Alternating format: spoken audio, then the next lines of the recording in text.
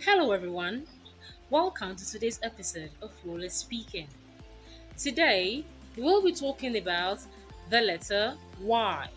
Now, you might be wondering the letter Y, what do we need to know about it? Well, the letter Y has four sounds. First, we have the Y. Y.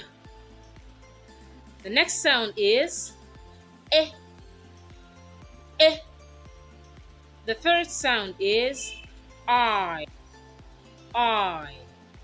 And the last sound is E. E. For the letter Y sounding Y, we have yam, youth, young. For the letter Y sounding E, we have cylinder, syllable, symbol. For the letter Y sounding I, we have cry, Y, try.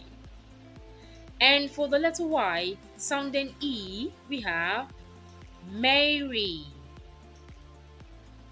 glory, sorry, and many other word examples.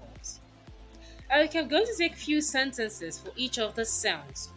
Now, for the letter Y sounding Y, we have youth. The youth of today are leaders of tomorrow. And lastly, we have sorry.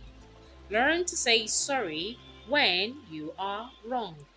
And with that, we've come to the end of today's release episode. Till next time, keep practicing and bye for now.